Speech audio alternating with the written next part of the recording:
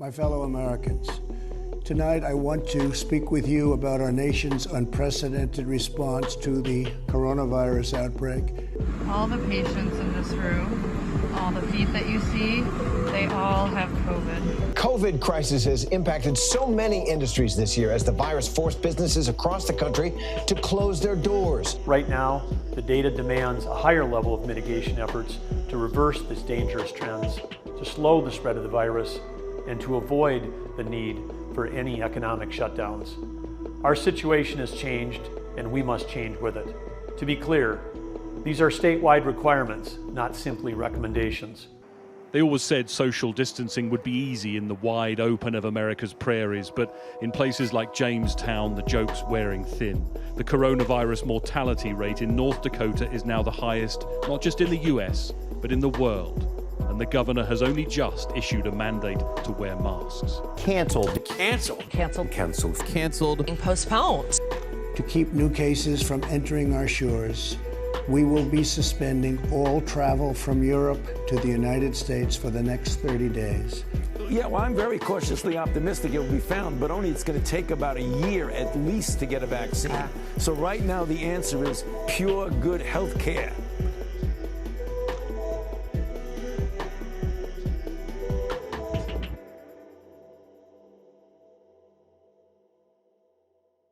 I was still in college, and I was specifically talking to a friend about it because, like I said, it was right before our spring break, and so everybody was kind of like preparing to get like projects going because, you know, that's like mid-semester, so after that it's literally all, especially like as a business major, it's all like final projects, presentation prep, all of these things.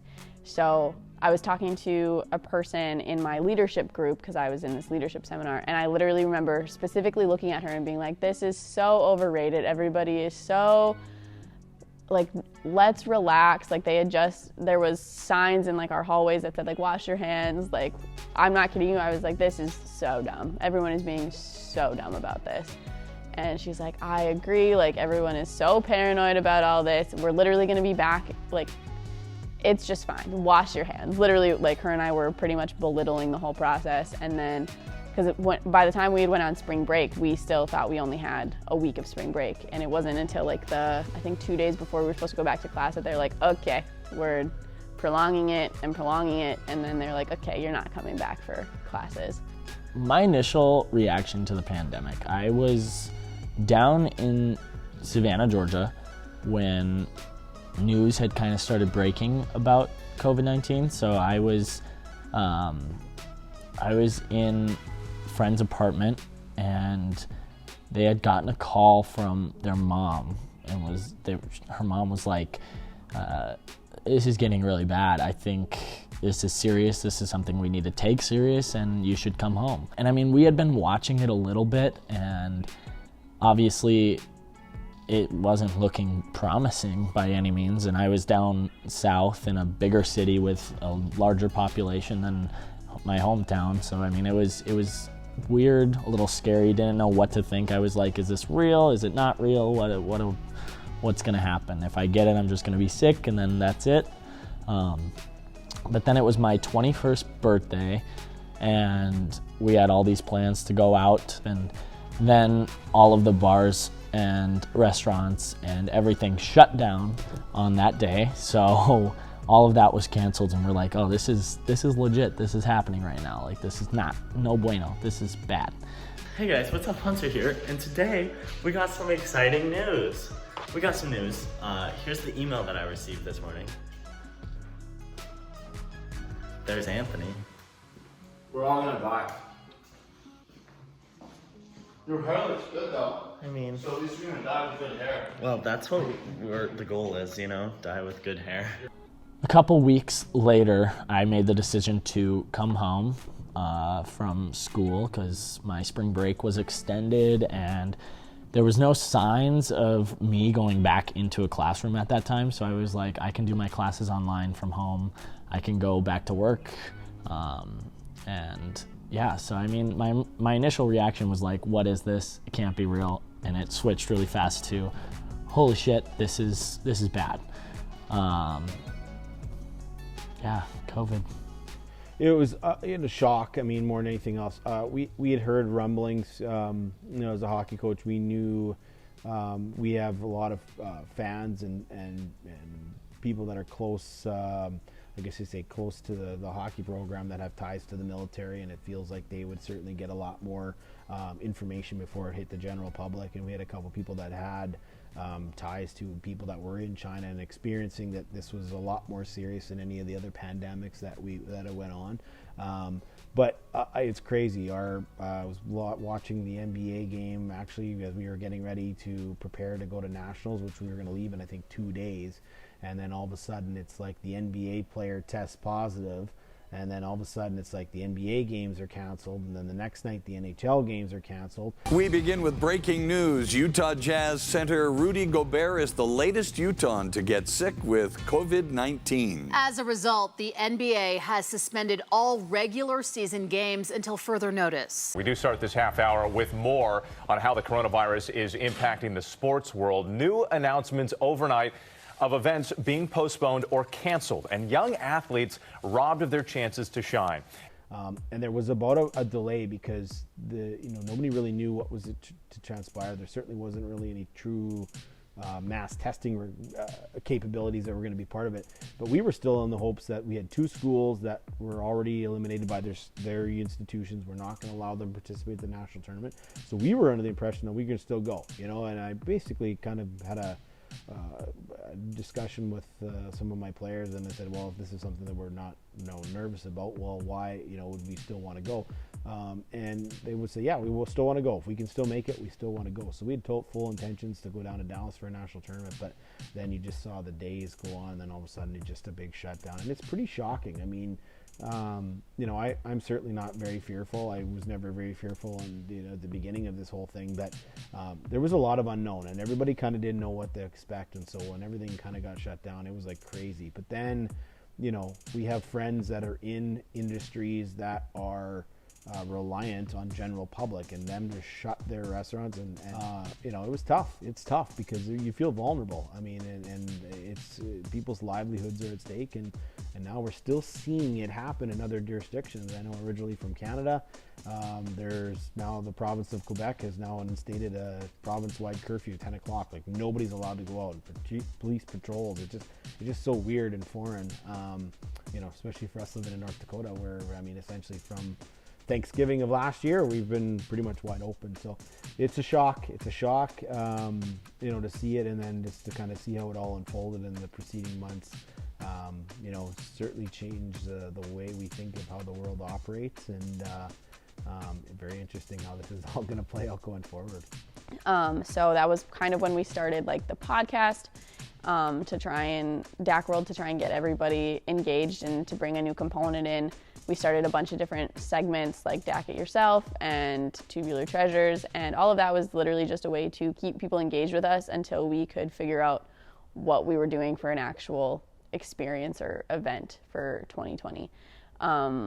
We moved into a new office in the summer, and still even at that point, we moved into an actual office from Tanya's house to an actual office downtown, and still at that point we weren't sure if we were having a festival or not. What would be our theme-ish, our color schemes and different things. So there were some marketing plans that were happening, but we couldn't really go through with anything because we weren't sure what bands were for sure going to be there and how long it was going to be, and some of those things had been thrown back and forth, and we kind of were just trying to be creative with how we kept people knowing that Dak Jam was a thing. Not really sure what it was, but it was a thing, and that it was centered in nostalgia and retro and making memories, and was this different experience that we were bringing, but we still didn't really have anything to show people what type of experience it actually was. So 2020 was honestly just, let's get creative, let's keep people engaging with us, let's grow our presence, and I think we did that really well for the time, but unfortunately we did have to cancel it and for sure make that announcement that we were canceling it, and we were upset about that. That was obviously the first of a few heartbreaks to come later in the future. But I think after that, honestly, after 2020, I feel like the growth was exponential. So I don't know, it's hard to talk about 2020 because I feel like that short span was nothing compared to what we've done just since then.